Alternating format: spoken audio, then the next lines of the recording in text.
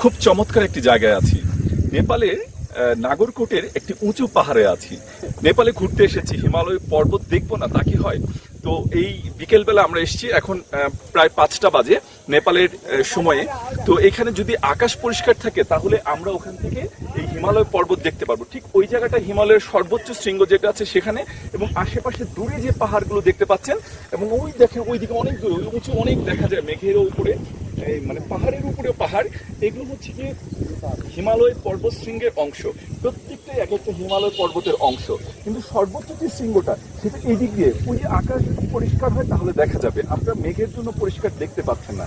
এখানে কিন্তু খুব ঠান্ডা অনুভূত হচ্ছে, যদিও আমি এখন টি শার্ট পরে আছি, কিন্তু ভালো লাগছে। কিন্তু এই আপনারা যারা ভ্রমণ করতে পছন্দ করেন, বলবো তাদের জীবনের একটা অংশ অসম্পূর্ণ থেকে যায় যদি আমরা এই হিমালয় পর্বতশৃঙ্গ আমরা না দেখে থাকি। কেননা এটা পৃথিবীর সবচেয়ে উঁচু পর্বতশৃঙ্গ, যেটাকে আমরা বলি মাউন্ট এভারেস্ট।